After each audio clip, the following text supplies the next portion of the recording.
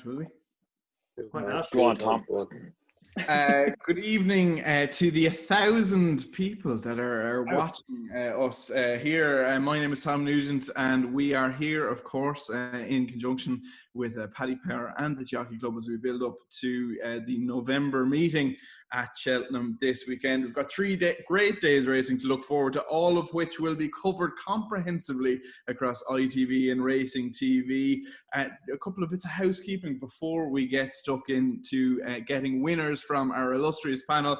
Keep an eye out for the hashtag Chelsea competition on social media being run by Cheltenham and the Jockey Club. There's a chance to win membership to the Southwest Syndicate for the Jockey Club. If you take a photograph of yourself, post it on social media using the hashtag Chelsea of you watching the racing over the weekend. And the Southwest Syndicate have a couple of good runners. Doc picked me for Harry Whittington the other day. Looks exciting. Just ran into a good one up in Aintree. And then a couple of bits if you're watching at home. Speaker view, I believe, is the best view to watch on, so you can change that up the top right.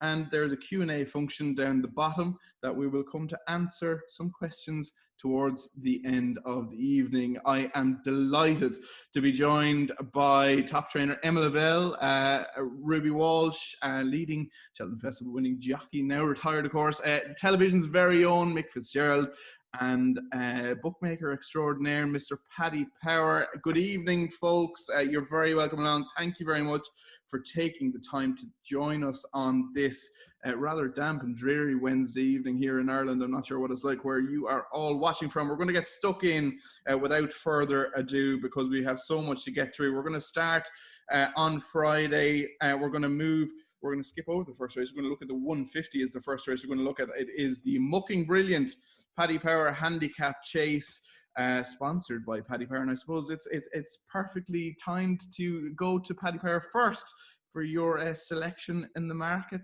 Paddy. That means I can't copy what somebody in front of me said, is it? It'll be far too easy to let you go last because you're a great plagiarizer, unfortunately. Yeah. Magic Saints can be favourite for Paul Nicholls, and it's going to be 9-4 favourite in the early shows, ahead of On the Slopes is 4-1, and Beat the Judge and Fanion Destraval are about 9-2. I think Magic Saints a pretty weak favourite though, to be honest. I mean, just, it's usually highly tried, usually runs in better races, better handicaps than this, but never really runs best race at Cheltenham for me. I thought Ballywood for Alan King is pretty solid, and that's the one I was going to tip up. But the more you look at Ballywood, the more you see that Beat the Judge probably has a beaten at Ballywood. So I'm actually going to go for Beat the Judge. I think he's the one that might be difficult to beat for them, and it's Gary Moore, Josh Moore. It's 9-2. I think that might be a decent price. Mick, follow that. I actually think the race that On the Slopes and Beat the Judge ran the last day is strong form behind Rouge Vif. Chris Gordon's horses have just looked like they've been needing a run a little bit, and that certainly looked like the case with On the Slopes. I thought he'll definitely strip an awful lot fitter, and I think he's very dangerous, and he's definitely the one that I want to be with here. The horse of Gary Moore's Beat the Judge. He's a novice, so he's a real improver, and he finished the race off really well, having got outpaced at the wrong time.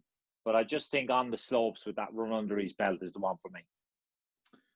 Time to bring in top trainer Emma Lavelle. Emma, I know we were going to start with the second race, but I can't let you skip over the first just because we see you have a silent assistant declared in the opener on Friday. Quick word on his chance?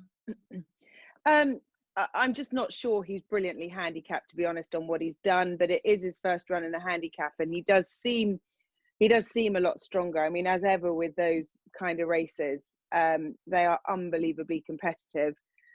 And I'd say it'd probably be fair to say that a few of ours have just needed their first runs as well. So I am not going to start my day by tipping you our horse to win the first, but I do think he'll run well. And what about the second? What do you think about that? I'm going to follow Fitzy on this and go with On the Slopes. I think he's probably right. Some of Chris's have just needed a sort of pipe opener, and I thought he was running an absolute cracker of a race before he got tired up the run-in. I think he will have improved, and that would be the one that I'd be behind in that race.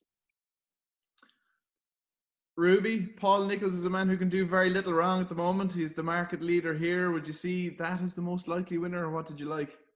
I'd be slightly cautious that he's gone for Brian Carver to claim 5 off Magic Saints back.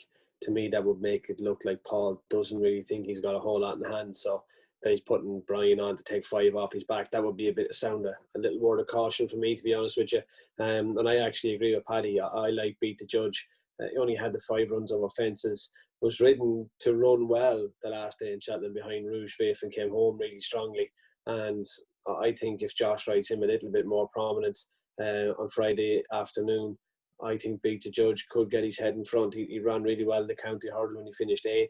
He ran well behind Epitant last November over hurdles in Newbury when she made her winning return. But he has some strong form. He was third behind Foos and Raffles at Wincanton before that over hurdles. I think he's not a bad horse, and I think Beat the Judge could just be better than the opposition. Lovely stuff. Onwards we go. 2:25 on Friday is the SSS Super Alloys Supports Racing Welfare Novices Chase, and Protectorate is the top of this 4-runner field in the betting. 5-4 favourites: Southfield Stone 11-8, Mossy Fen 4-1, Paint the Dream 16-1. Mick, we'll start with you. Protectorate was pretty good in Carlisle. Would you say this is just maybe a little bit of placement to get another win into him over fences? Yeah, but I think if you were doing that, you'd have probably tried to find an easier race. This is not a walkover. He he was very strongly supported when he won that handicap at Sandown off quite a lowly mark of only 1-2-8. This is an awful lot tougher. Like that race at Carlisle, it was a bit of a hack round for him. He jumped really, really well. He looked smart winning that, but any of the others that are in opposition probably would have looked as smart winning that race as well. So, he deserves to be favoured, but I think Southfield Stone, having had a wind operation, is certainly one. I thought he jumped really, really well last time at Cheltenham. Course form is all important here. And I think this horse has got that little bit of experience. And I think I'd just go with Southfield Stone. I think Mossy Fen is the interesting one. He ran over 3 miles the last day, and he was very keen. He jumped a bit out to his right as well, but I think it'd be folly to dismiss him on that one run. He's got some good form, and I think dropping in trip, he's dangerous. This is a good little race, even though you've only got 4 runners. Emma, what did you think here? So I agree with that. I just thought Southfield Stone, I'm never sure that just what's left in the tank with him. He only ever does enough. And I think those sort of horses, they're always just saving a bit. And I think there's a bit of improvement each time he goes out. Protectorate was obviously very impressive when he won. But I just like Southfield Stone. I like the fact that he doesn't put it all out there. He just does enough. Paddy? Funny, I was going the other way, and it looks a match in theory, according to the odds anyways, between Southfield Stone and Protectorate. I was going Protectorate, and basically kind of taking a little bit away from Southfield Stone, because when he won at Cheltenham there a few weeks ago, his Pylon ran a no race at all in that race and was one of the fancied ones in the race. So that, I don't know, is a small negative about that form. I'm not sure if it's that you can take that much away, because it still was impressive. But I just thought that Protectorate was very good, albeit at Carlisle. And I think for that reason, I'd just go for that one. But it's as in, you have to pick one of them. That's nothing too strong. Ruby? I can go for Mossy Fen. I think he's a 2.5 miler, 3 miles. I don't think it's ever suited him. I think you look at his run in the Ballymore and obviously heard at the festival, Envoyal and Easy Work, the big getaway, the big breakaway. Mossy Fen finished 5th. I just think he could be a genuine graded novice chaser himself, and he'd be the one for me. Very good. Onwards, 3:00 is the Glenfarclas cross country. It is, of course, a handicap as opposed to the cross country at the festival, which is a conditions race. Easy's Land and Tiger Roll at the festival both carried 11-4, but Easy's Land is in receipt of weight from Tiger Roll here, and that's reflected in the market. Paddy, isn't it? Easy's Land 4-6, Tiger Roll 11-4 and 7-1, and bigger the rest. What did you think here? Yeah, so I was trying to make a case for Tiger Roll and say, well, the fact he's had a prep run might be a positive over Easy's Land. But the reality is Easy's Land won, was it 17 lengths at the festival or something like that? And is also getting weight. So Tiger Roll's 10, Easy's Land is 6. I mean, logically, either Tiger Roll is better in the spring. So to be honest with you, it all adds up to Easy's Land probably been a good thing. There has been money around for Potter's Corner, Welsh National winner, but I think Easy's Land was so good it could be one of those horses that is one just to follow blind over the banks for the foreseeable. Yeah, Emma, at only a 6-year-old Easy's Land, could be one of those horses that just farms this race for a couple of years, couldn't be? Oh, absolutely. It's, it would be so lovely to see Tiger Roll running a mighty race and set him up for later in the year. But it's very hard to see past Easy's Land on how impressive he's been so far. So, yeah, I think we want to sit back and watch at those sort of prices anyway. Ruby, would you tend to agree with that? Oh yeah, big time. Unless he jumps at land, he can land a bit on his head, and he did hit the timber rails a fair dig here at the festival. But other than that, he'll win. Mick? Yeah, he looked very good. It is a handicap this time, so he is having to give a little bit of weight away. And I just think the outside bet, and probably the only bet in here, as far as I'm concerned, is Potter's Corner each way. You know, you're going to get paid if you finish third. I just think as an each way bet, if this horse takes to it, Christian Williams put some stuff on social media the other day of this horse schooling, and he seemed to enjoy himself. There's no substitute for experience round here, but I think at the prices, with only 10 stone 1 on his back, with Jack Tudor riding him, I just think this horse, he could be a bit of a steal as an each way bet in here.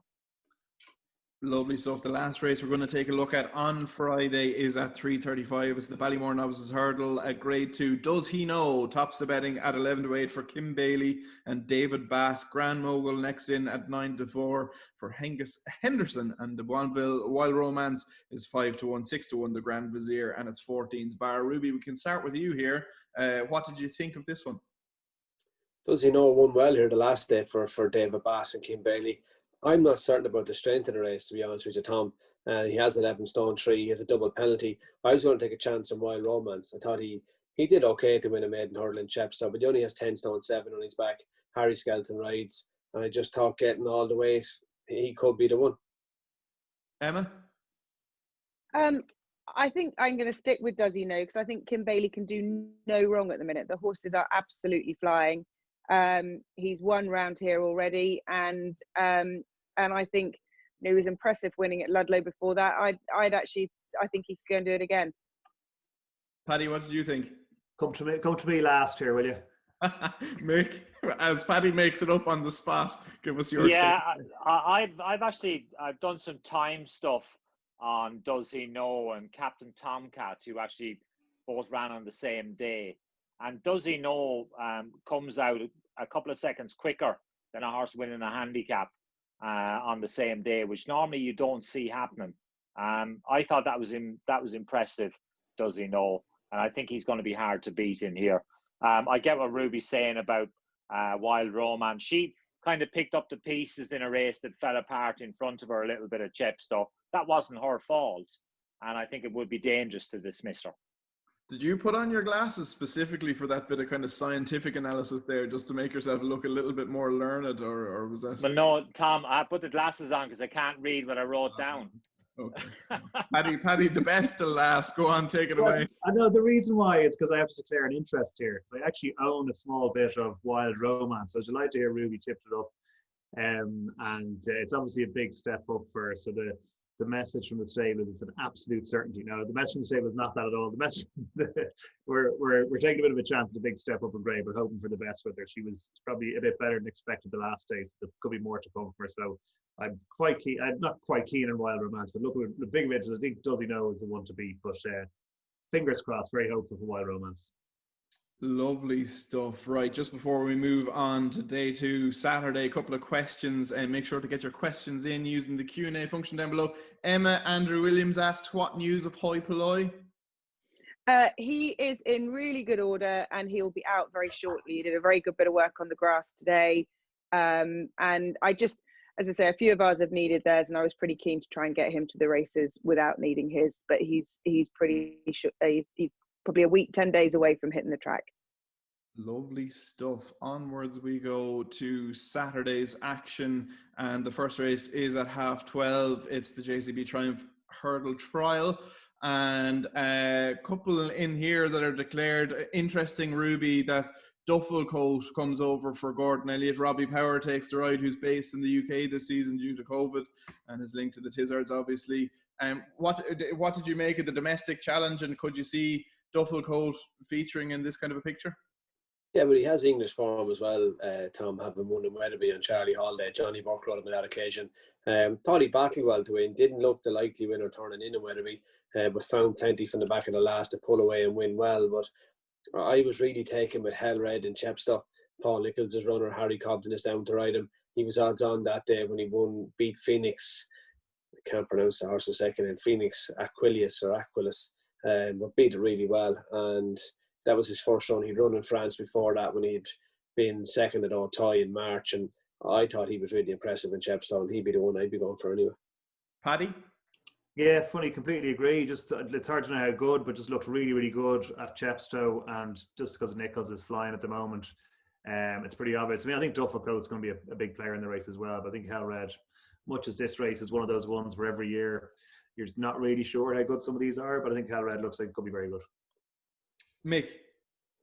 Yeah, again, I was really impressed with Duffel Coat. Not overly big, but I thought grounded out really well. He's already got a pretty lofty rating of 133, and deserves that. Paul Nichols' horse Hell Red, he won and looked like he wanted some cut in the ground. So any rain, I think, will only enhance his chance. I certainly wouldn't put anybody off Hell Red. If Nicky runs his horse in here, overpriced mixer, if you're bored and you want something to amuse yourself with, watch this horse win at Kempton.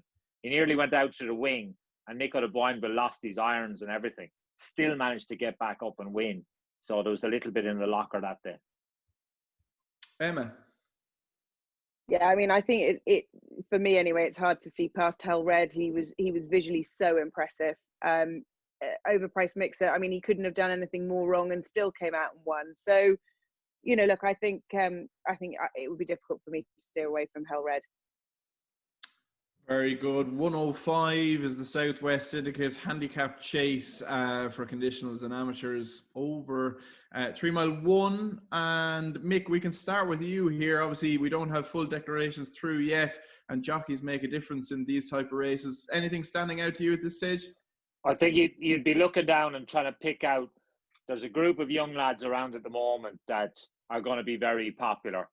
Kevin Brogan, who's based with John Joe O'Neill, really hot at the moment.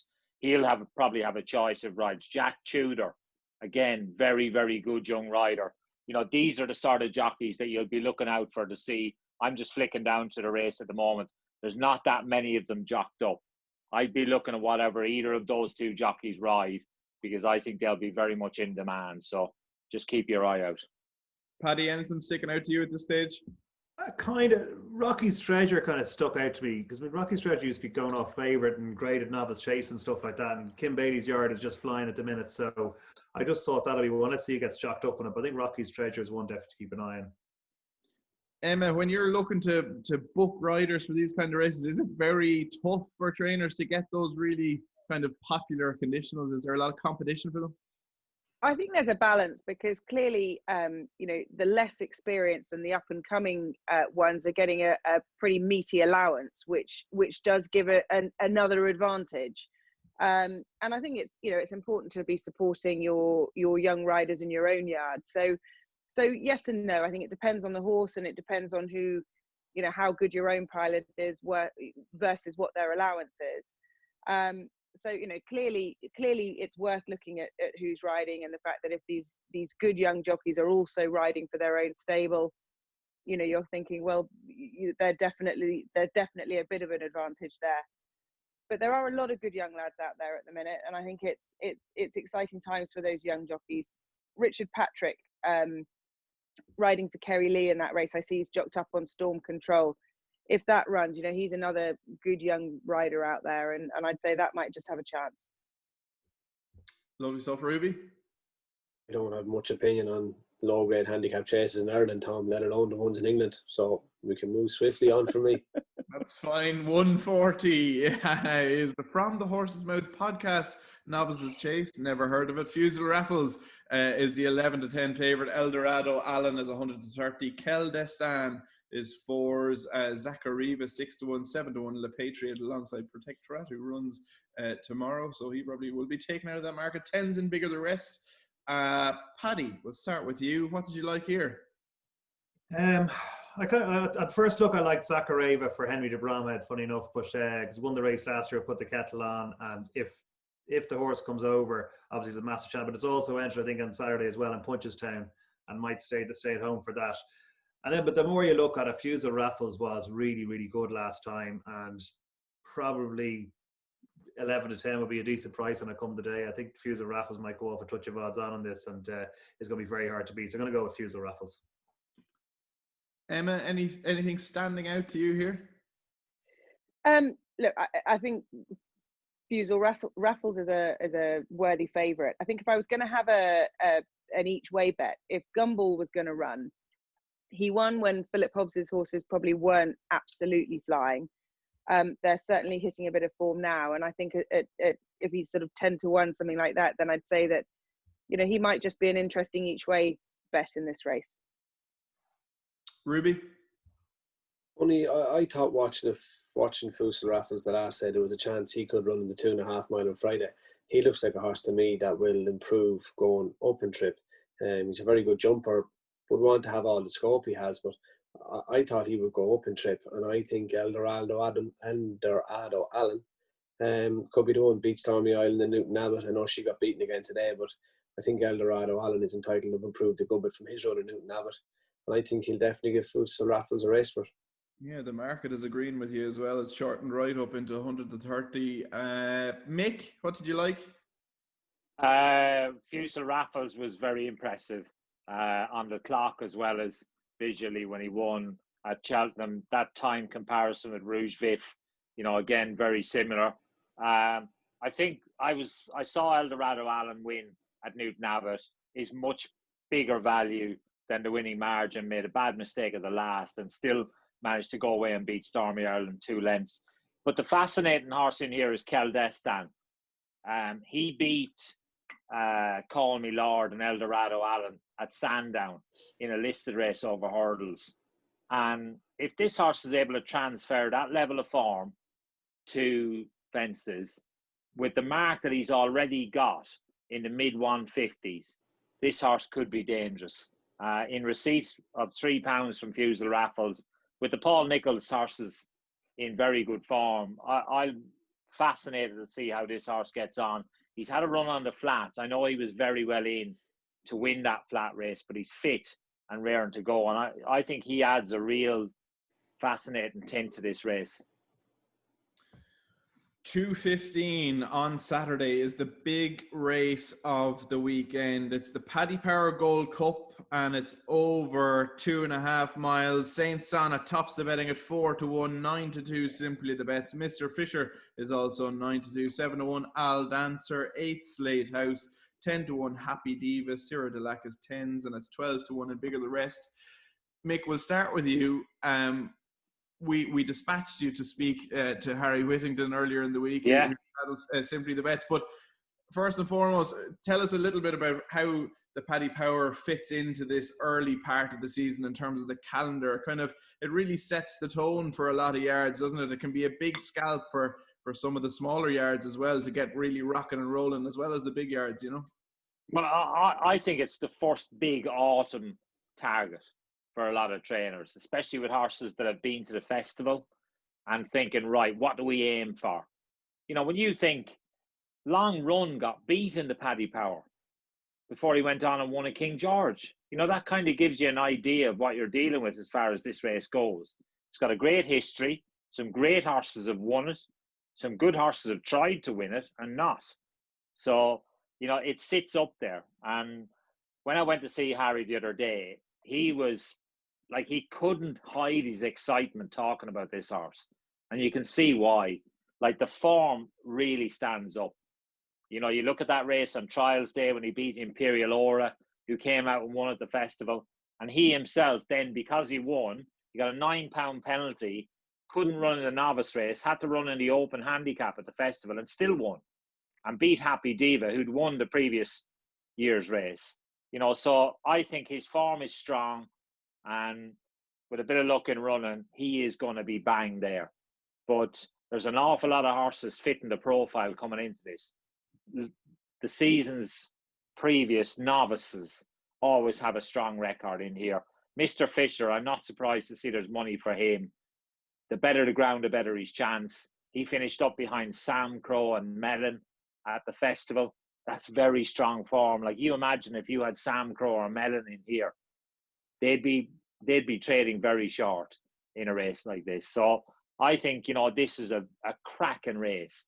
And I'd love to see Harry Whittington win it, because he's such a good young trainer that it will mean an awful lot to him if he was to win it. Emma, big pots are obviously high on the agenda for any trainer, but these big handicaps are a great opportunity for yards at all levels to really have a crack, aren't they? Oh, they definitely are, and like you said, I mean, it is a big pot, and the fact it's a handicap, it gives everybody a chance at it. It is unbelievably competitive, and it is so hard to win these sort of races. But geez, there's plenty of celebrations afterwards when you do. I mean, look, I have to agree with Fitzy on Simply the Bets. I think he's, funnily enough, we trained his full brother, who was a nice horse but never got the opportunity to really show it. And just there've been some really good weight carrying performances, especially on this better ground. And so I'd have to think that it'd be great to see him run a big one and take this prize for a yard like Harry's. That's obviously got some lovely quality horses, but isn't a massive yard, and sometimes it is just lovely to see those sort of big pots going to them. The horse that I was quite interested in was Syrah de Lac. A change of scene. David Pipe's horses are flying. He loves it round Cheltenham. I just thought he would be an interesting horse in this race. To the fact that I think there is a bit of money for him. He he could be showing plenty at home and could be an interesting horse in this. Paddy, for you and the company, it's a big boon for having stepped away from the race to come back to it this year to sponsor the Paddy Power Gold Cup at the what is unofficially termed the Paddy Power meeting by some people. To get a race and entries of this kind of strength and depth must be very rewarding. That's brilliant, yeah. I mean, look, it was such great news, and I heard that we got the deal across the line, and that we were going to come back and sponsor the meeting, because it was our first foray. I mean, I don't know, I can't even remember how many years ago. It was a long time ago anyway. I was only young then, but it was our first kind of foray into the festival, or anything close to the festival, into Cheltenham, and we've had some great memories, some of my best kind of personal kind of career kind of fun crack I've had at work, in inverted commas, has been involved with this meeting. So it's been great over the years. It's a shame we can't be there this time round, but it's no surprise to see such a strong race, because I mean, the guys have said it just before me that it is an early season highlight, and it's great to get the support for the race from all the trainers and connections and everything. So thanks to everyone for that. But it's a great stepping stone for bigger things later in the season, and it's a wide open one, as it always is. We're looking for second season novices, and all the old trends are still there, and it's the same as it was like way back in the day when you're trying to second guess how forward horses are and everything. And I think that's great. It's a really hard one to pick the lock of. I'm going to go kind of with a bit of tradition. Traditionally, you'd say Nigel Twiston-Davies always has his horses ready to rock at the start of the season. This year, he's been probably quieter up to now, but he's just started to hit the ground running, I think. He's just started to home a little bit. So I think Al Dancer at 7-1, I think, might be a little bit of value in the Paddy Power for me. Ruby, these big Saturday handicaps in the UK in the National Hunt season are just so fiercely competitive. Could you make sense of this one? It looks very tricky on paper. It does, Tom, but I can see why people have made Saint Sonnet favourite. He ran really well in the Marsh Chase when he was behind Mr. Fisher, only getting a pound, because he was 5 to 6 year old weight allowance, only a pound. He's sort of 6 pounds better in for that run. But he didn't finish strong enough in the Marsh Chase for me to say, there's your Paddy Power winner. Maybe he'll have strengthened over the summer and got physically a bit stronger, but he will have to get home, because he did fade he was travelling really well turning in, and he did fade the last sort of furlong and a half in the Marsh Chase. I thought Simply the Bets was good in the handicap chase, but funnily enough, if he was mine, I think he's more a Ladbroke Trophy horse. To me, I hope he's fast enough with the penalty he's now carrying. To me, he looks like a horse that wants to go a bit further. He got to dictate things in the handicap chase he won at the festival, but when Sir Delac put him under pressure away from the stands, his jumping was only okay.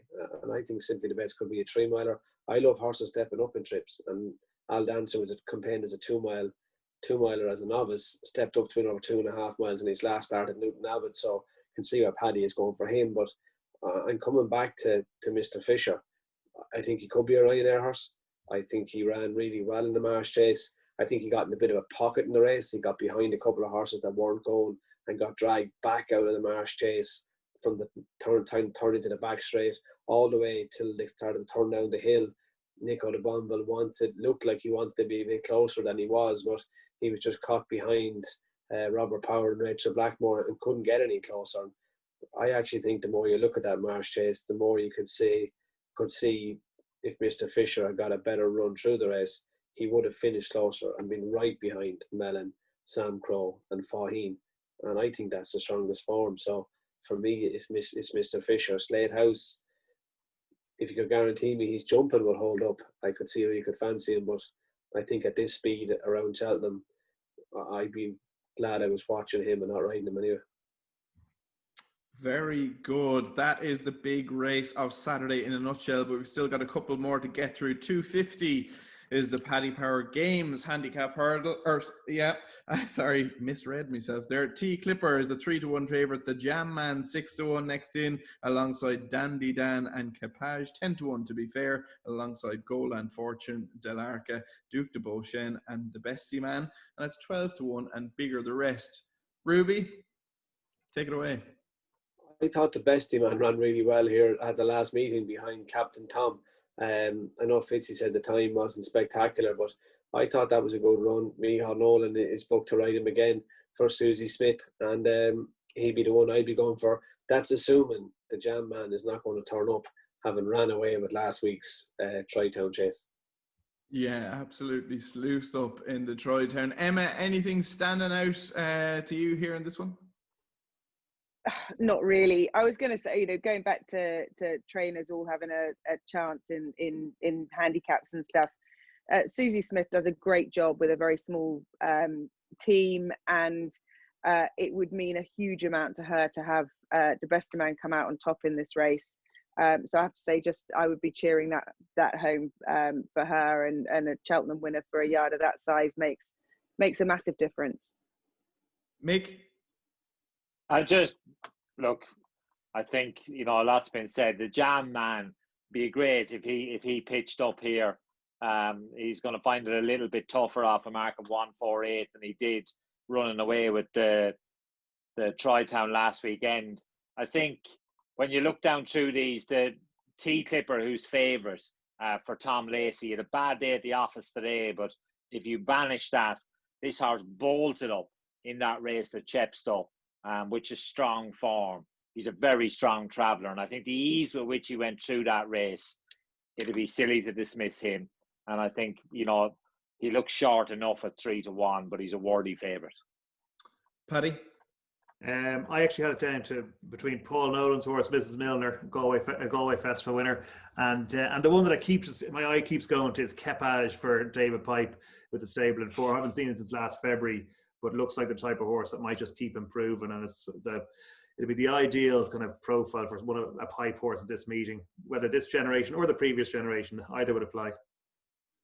Lovely stuff. 325 is the Paddy Power First Millionaire Chase Qualifier Intermediate Handicap Hurdle. Paddy, we can start with you here, because the Millionaire Chase, what's that all about? Yeah, I don't know. I'll tell you what it is. We just launched. It's a great initiative. What it is, we're going to give away £1 million guaranteed on New Year's Day, and what we're doing is we have 6 qualifying races. This is the first one of it. So if you back the winner of this race, you go into a draw, and one person will get drawn out of that draw, and they are guaranteed to have a runner in that chase on New Year's Day. And in all the 6 races, we get a representative who will have a horse in the big race. Like, that horse will be drawn randomly or whatever, like a lottery. And every horse that runs in the race will have a punter on his back, if you like. And whoever has lucky enough to have drawn the winner will win £1 million. And if you get into the final race and you don't draw the winner, you still get 10 grand. So it's like a lottery. It's like one of those radio station competitions where you have a daily winner, and then at the end of the week we get the big winner, and that's what it's going to be. And the end of the week is going to be on New Year's Day. So it's a good bit of crack. It's a proper prize. So it's a good reason to back the winner this race. So study hard. Indeed. Right. So very important to back the winner of this, in which case you can tell us what's going to win. I had it down to 2. I had it down to Shinobi. I thought it was made all at Wincanton. I thought that was pretty impressive, and it might have been beaten that day. The favourite fell when upsides the last, but still stayed on well and battled well. So that's going to help. But the one I'm probably going to go for, if it turns up, is Son of Camas. When it beat King Roland, and then ran in the Tallworth. Thought that then behind Envoy Allen as well, which is obviously top class form. And so if it comes back and enjoyed its long break, I think Son of Camas could be a horse that is very well handicapped. Yeah, Mick, Son of Camas was almost touted as the second coming for Nicky for a little while, wasn't he? Yeah, like some of his form is very strong, and I wouldn't put anybody off backing him. He looks amazing, and I think off a mark of 133, he's really dangerous. One horse I will flag up, though, that I put in my tracker, having working at Cheltenham the last day, was What's Up With You of Ben Paulings. This horse was a real eye catcher. Finished off the race really well, having been caught in a disadvantageous position. And he looked like one that is definitely going to catch the eye. So just watch the market for him. What's Up With You? He's got some very good form. I know it's last year's form, but the way he ran on in that race at Cheltenham, he's definitely one to be on the right side of. Emma? Look, I was pretty impressed, even if the time wasn't as good with Captain Tomcat. I wouldn't be steering too far away from him. I have to say, we're actually going to run one in that race, Dagenham. He'd had a bit of a break between races. He just needed it a little bit his last time at Cheltenham, but finished with a rattle. He will be a lot sharper. He did a very good bit of work this week. So, he'd be a big price and a bit of each way. So clearly you've got to back the winner of this race. So it might not be him. Captain Tomcat would be the one for me. Ruby, very important to back the winner. Tell us what's going to win. Right, look, I think Fitzy is as good as told us. They think in 7 barrows that Son of Camas is absolutely chucked in. So I think he'd be mad to go against that. But I just thought Top of the Cotswolds ran okay here the last day. Does he know runs in an novice hurdle earlier? So if Does he know goes and wins, that probably gives Top of the Cotswolds a better chance. But I think, Tom, I was glad I was listening here because Fitzy's giving us all a banker, isn't he? Banker. Blame Mick Fitzgerald. 355 is the Carndine design flooring mares bumper. LA Bell is 13-8 and tops the betting for Dan and Harry Skelton. Ishkara Lady 5-1 next in. Alavina 9s all clenched up as 10-1 alongside Jersey Lady, and it's 12s and bigger the rest. Emma Lavelle, you can give us a steer here if you like. Oh, can I? Okay, so I thought Oliver Sherwood's mare, not sure what she beat, but she was very impressive in doing it. I mean, there's lots of horses here that have been very impressive in what they've done. I think it's hard to probably steer away from Dan Skelton's mare. She was good the day, and clearly there's plenty of support around her. It was probably the best bumper of all of them, but there have been plenty, as I say, that I thought were pretty impressive in winning, beating whatever it was that was put in front of them. But I think she and Oliver Sherwood would be my two that I'd like in this race. Yeah, unfortunately, Mick, this as the race that there could be the sounds of a lot of bubbles bursting here. Fillies who kind of come in with a big reputation and maybe don't look so good coming out the other side. What did you make of this one? LA Bell for the Skeltons was hugely impressive at Aintree. But again, was it the fact that the others weren't up to much, or is she just really, really good? And, that's what you've got to try and find out. There's a mare of Ollie Murphy's in here called Alavina, who won at Market Raisin and beat a filly of Lucy Wadham's called Martello Sky, given it £6 on that occasion. I thought that was very strong form. And I think Alavina, she's 10-1 in here. And I think you could do a lot worse than to back her. That form has worked out well because Martello Sky won at Fakenham recently. I know people are going to say, oh, it's only Fakenham, but the horse it beat was impressive in its previous bumper. So I just think Alavina at the prices for me. Paddy? Yeah, funny. I thought the Anthony Honeyball horse here with Aidan Coleman up, You Can Ever, was won an 11-runner bumper that wasn't on heavy ground, like on good to softers, but won by 20 lengths, and then it was 18 lengths back to the third. I mean, that's got to, no matter how kind of shallow the race is, that's got to be impressive. So I think that I'm just not going to go beyond that. I think the favourite's pretty short at 13-8 was impressive at Aintree, but I think You Can Have Her probably be second favourite, 7-2 or 4-1 or thereabouts. I think she might be a bit of value. Ruby? Look, I know Aintree and Cheltenham are chalk and cheese, but when you get into a bumper in Aintree, Tom, they do tend to get racing pretty far from home, and stamina has to come into it. So for that reason, I could see L.A. Bell getting up the hill, no problem. She's only a 4-year-old. That might be the only negative, but I don't think you could see very many more impressive bumper winners than her at Aintree this year.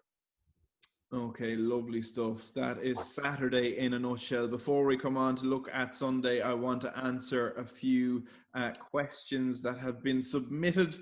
John O'Brien asks, did the panel see Duvan's brother, John Bon, in his recent point-to-point, and did the panel think he is one to be excited about being Duvan's full brother? Ruby, I suppose we can throw this one to you. I believe he's going to the sales, Tom. I think every trainer with a licence in Ireland has been to see him in the last couple of days, but I do believe he is going to the sales in the near future, and it'll be interesting to see how much he makes. He could have been bought for 150,000 as a 3-year-old if he so wished. He's probably going to make multiples of that in the next week or so. He was very impressive. What did he beat? I couldn't tell you, but he's a fine big individual. He's not unlike his brother. He even has a wall eye like him. He's near 4 eye, shows a bit of white, but he was very impressive, and the future is bright. I would most certainly love to own him right now because somebody's going to turn a pretty profit on him. Emma, an anonymous attendee, asks, how is the Rasher Counters prep for the Ladbrokes Trophy coming along? Touch wood, all is going well. He went to Newton Abbot, finished second, giving 2.5 stone to the winner. He ran a stormer over hurdles.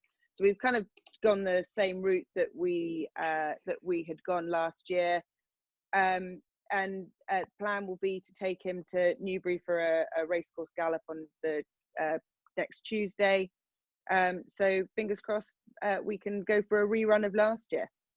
And James Olson asks, how's the legend Paisley Park? They've all written him off. How is he? He's absolutely flying. He'll also go to Newbury. Same race, the long distance hurdle as last year, and we'll also go for a gallop there next Tuesday. He seems great. His heart seems to be doing everything that it should be.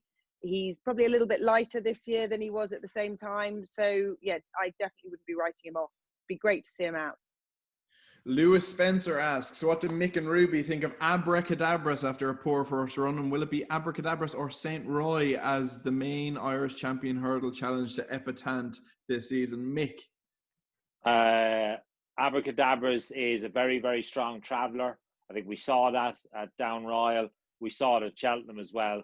It's just what he finds up the hill, and that would be a concern for me. He's going to get it to the last in the champion hurdle, but I just think there's going to be one or two who are going to have too much for him up the hill. I think Saint Wa will be the one.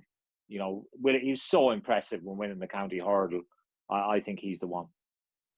Ruby, are you getting a little bit jiggy about St. Roy's chance for the champion hurdle now? I agree with Fitzy there. I think Abracadabra got a present at the Supreme Novices hurdle last year. Everything couldn't have went more arseways for Shishkin than it went. Anasteria Forlange knocked Elixir Dane over, who brought down Henry the Bromhead's horse. Everything went so right for Abracadabra. He turned in on the bridle and he didn't get home. He got a present of it. So I wouldn't be pro him.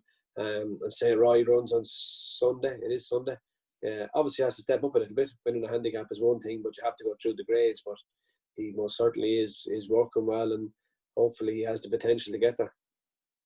Righto, we will answer a few more questions before we finish, but it's time to get stuck into Sunday's action. We're going to gloss over the first and the second race we're going to kick off things with. It is at 150 and it is the Plantour at Chapel Stud Handicap Chase. West Approach tops the betting at 7-2 with Paddy Power. Yala Enki is 11-2. Discorama for Paul Nolan is 6-1 next in. Captain Drake is 7s alongside Cloth Cap, and it's 9-1 and bigger the rest. Paddy, you can start us off here. It's pretty straightforward. Just Discorama. Why not? His form figures at Cheltenham is 3-2-2, so you can say deserves one. Normally runs the festival, and we'll obviously see at the trip and everything like that. It's kind of funny. It's really funny that they're coming here. Maybe they're kind of going, look, we haven't got it done at the festival. Try and get it done at Cheltenham in November, because you'd wonder what the plan is after this. But at the same time, Discorama loves the track, loves everything about it, loves the trip, and yeah, Paul Nolan's horse is going well as well. So 6-1 looks okay. Emma?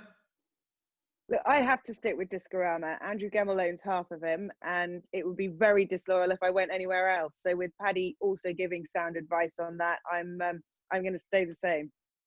And we're still waiting for the golf tips from Andrew as well to come in before the show finishes. Mick, what did you think here? Look, I was all over Discorama at the festival when he finished behind the conditional in the Ultima. He's only £2 higher. Ran a belter in Galway behind Milan Native. That's good form. And I think, like Paddy has said, a horse with strong form round here has to be respected. The other one I think that could run a big race here is old Beware the Bear. He's a 10-1 shot of Nicky's. If he gets loose on the front end here, look out. Ruby? I like Cloth Cap. I thought he ran really well behind Fraud on the last day. I know West Approach was just in front of him, but I like Cloth Cap. I thought he ran really well. Richie McLaren rides for John O'Neill. He'd be my choice here. Lovely. 225 is the Schloer Chase. Steffi DeSoy tops the betting at 7-4. Arkle winner, Put the Kettle On, makes the trip for Henry Bromhead. 2-1 next in. Rouge Vif, Whittington is 5-2. Third favourite, and it's 7-1 and bigger the rest. Mick, this is an absolutely cracking race on paper. We've got the Arkle winning mare trying to step up into open company. Rouge Vif stepping up as well. So impressive at Cheltenham the last day. And of course, Steffi DeSoy is on the comeback trail after a disappointing run at the festival. What did you like here? There's so much to... I think there'll be a lot to learn from here as well, won't there be? Yeah, well, there will. I think So Royal, he's loved the fact that he's been on some decent ground. His win over hurdles last weekend was very impressive, but he had everything in his favour last weekend. Race was set up for him. Rouge Vif was super impressive from winning a handicap here off a lofty mark. So he sets a good standard already. He's going to help set the race up. I think Defi Desai, every time you think, oh, he's not going to win, he wins. Last year when he came here first time, there was plenty of people felt, oh, well, you know, Philip Hobbs's horse is not going to be wound up for this. The ground's too soft. It's going to be tough for him. Yet he still won. I think you cannot underestimate him. It was the only poor run last season, happened to be on the big day. But I want to see him. I want to see good horses win good races. And I want to see him bounce back in style on Sunday. And I'm hoping that's what we see. Emma? Yeah, it's just such a great race on paper. And I just hope they all turn up and bring their A game to Cheltenham for the day. I mean, it's just all generations, mare's allowance coming in as well. I just think it's a great race to sit back and watch, and just see how the novices compare to the seasoned campaigners. So, they're all lovely horses, and I just can't wait to sit back and watch this race. Ruby, this is a big assignment for Put the Kettle On, sending her over. What did you think of it? I didn't fancy her this time last year in the novice chase. I thought she'd no chance in the Arkle, and she went and won the two of those. So I am going to reserve judgment on Put the Kettle On and watch her and wish her and Connections all the best. I think the class horse is the top horse, Steffi Desai. I know Rouge Vif was very, very impressive here in October, but I think if you sent Steffi Desai, So Royal, to the start off a rate of 156 in a handicap. They'd come back up equally, as if not more impressively than Rouge Vif did. So I think he has the most to prove coming out of a handicap. And I'm going to row him with Defi Desai. I think he did Everton right last year till he got to Cheltenham at the festival. And whatever happened that day, he was beaten after jumping 3 fences. So that wasn't a reflection of his ability. So I'm going to row him with him again anyway. Richard Johnson taking over from Barry Geraghty. Paddy? I'm just going to put the kettle on. 2 from 2 at Cheltenham. I'm, haven't backed her either time she's won at Cheltenham, so I'm going to stop her this time by backing her. But I think she's better than we all expect, and sometimes they don't give credit to horses when they win at big prices or unexpectedly. And I think she just is very good, very straightforward, jumps from fence to fence, and she'll be a pleasure to watch.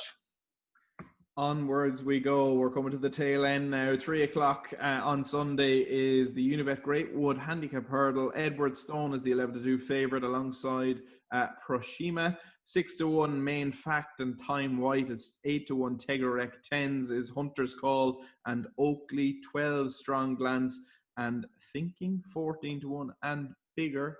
The rest. Emma, this is a tricky one to unpick, isn't it? It is. I mean, it's always a massively competitive handicap. I've been told on very good authority that Oakley is in fine form. The plan was to possibly go novice chasing, but with the look of a good handicap like this, they were going to keep him over hurdles. And I see that he's been backed. So clearly the good authority knows what they're talking about. So I think he must have a chance. And the other horse, Main Fact, I mean, he's been an absolute phenomenon. I think he's gone up over 40 pounds over hurdles. He's then won his last 3 on the flat. He just is clearly in fantastic form, and I think he's another one that would definitely be worth being on the right side of. Mick, any diamonds in the rough for us here? Hunter's Call might be a 10-year-old now, but he got very little mileage on the clock. He went to Galway, ran in the Galway hurdle that Aramon won, and he finished 4th. He actually ended up nearly making the run on that day, which is not the way he likes to be ridden. And I just think, off his mark, he's dangerous. He's around 10 or 11-1.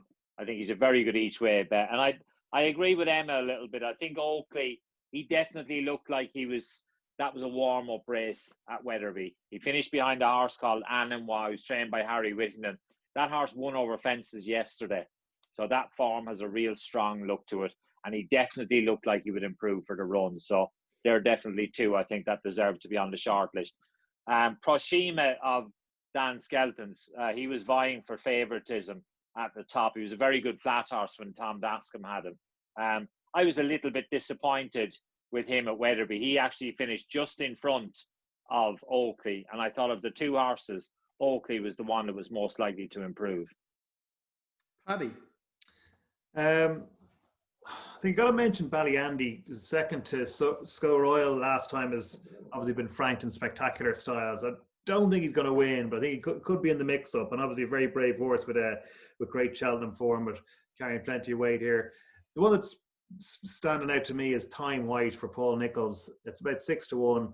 Just absolutely kind of one as easy as you like last time at Chepstow, and just looks like one that could have any amount in hand. And I'd be inclined to see it. There's a lot of money for this one. Then I'd be following that in. Ruby? I'm going to go for last year's winner, Harambe. He came from well off the pace to win the race last year under Tom Bellamy. Has only ran the one since, when he got brought down in the Betfair hurdle at the last, when still in contention. He's only £6 higher, and I think he's still favourably treated.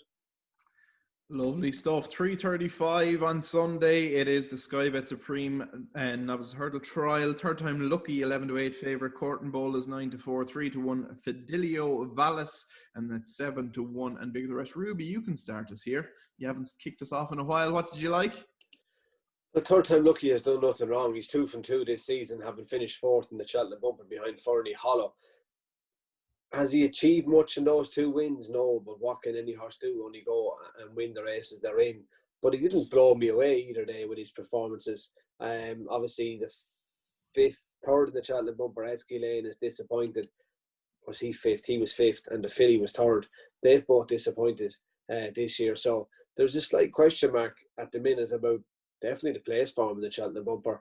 Don't know if Willie Mullins will be over happy with me saying that, considering he had the first and second with Fernie Hollow and appreciated. But there just does look to be a little question mark about the strength of that form. Third time lucky, has ran twice and won twice, but I think they've been two weak enough contests, and I think whilst I'm struggling to pick the winner, I will certainly be watching Third Time Lucky with an eye on Fernie Hollow and appreciate its form, Tom.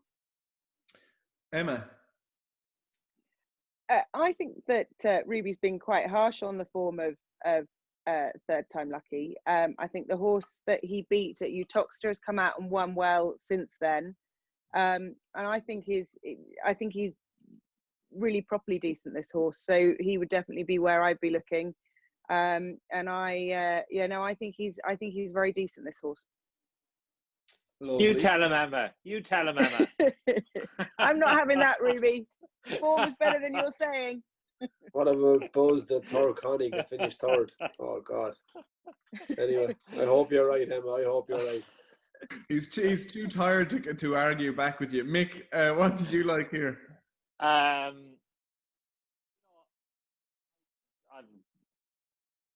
jury's out on Third Time Lucky. I think he's going to be very Go on, short. Fitzy, you tell her.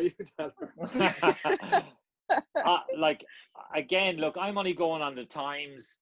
I've done the time comparison with a horse that won up there called Fransham at Wetherby, and he couldn't have done any more than win, but the time is not that impressive for a horse that's got a lot of natural speed. I thought he didn't jump that brilliant either. I actually thought that Courtney Bold, who's been a little bit of a star this year for his owners, he loves a bit of good ground.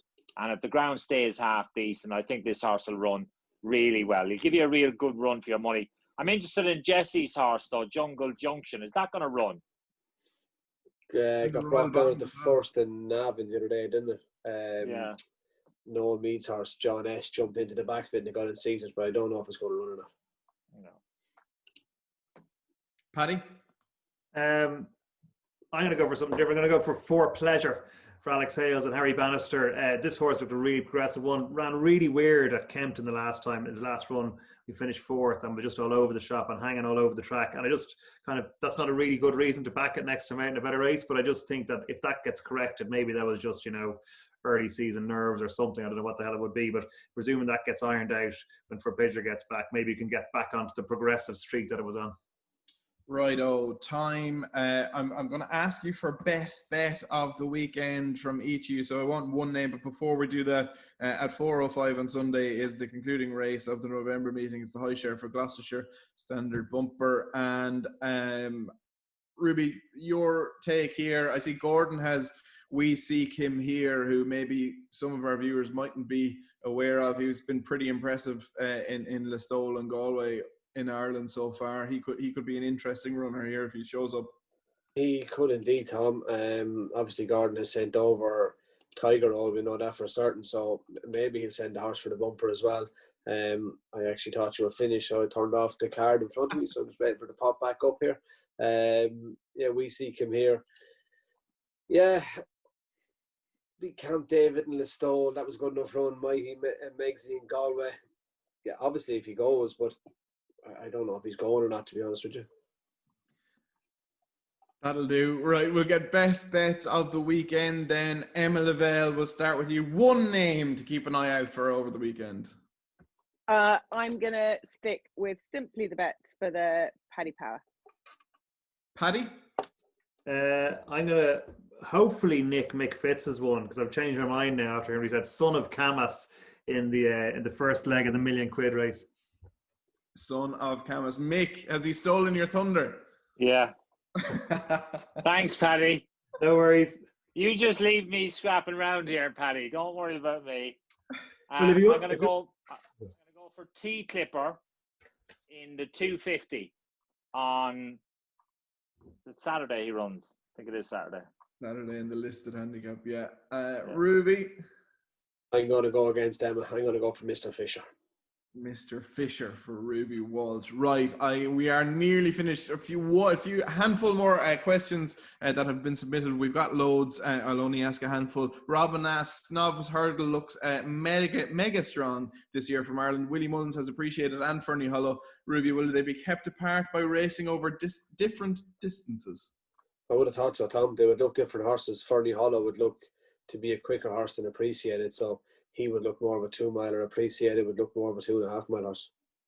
Mick Lewis Spencer asks, has Surname finally grown up, and do you think he can win the King George and then run in will he run in the Gold Cup?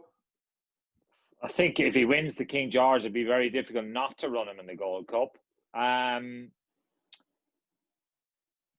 just not convinced. I thought the middle part of the race, they slowed it right up in that Charlie Hall.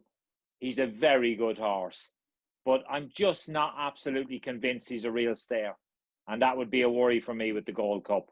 I think the King George is definitely more of a chance for him, but I can't see him winning the Gold Cup.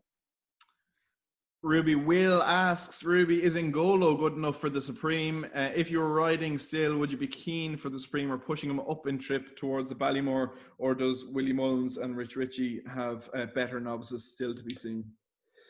I don't know if we have better, Tom, because with the lockdown last year, all those novices went out to grass in March time before you got to find out what you had for this year. So, look, they're progressing nicely. Ngolo seems to be improving. I mean, when he got run over in Kilbeggan, if somebody asked me, could he be a Supreme Novices horse, I would have just laughed back at the answer. But he went in a stall and battled back to beat Malone Road and Majaha, and then he was very good in the for auction the other day. He'll step up again. He'll probably go to the Royal Bond and you'll have your answer well before March, but he has to improve and keep improving, but he's going the right way. Right, we will leave it there.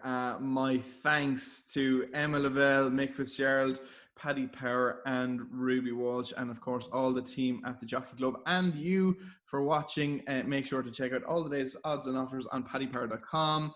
Emma, we'll see you soon. Ruby, Paddy, Mick, thank you very much for joining us. If you want to hear more from Ruby and Paddy, make sure to subscribe to the From the Horse's Mouth podcast, and you'll hear more from Mick on your television set at some point in the near future. Thanks all, and good night and good luck. Thanks, Tom. Cheers. Bye-bye.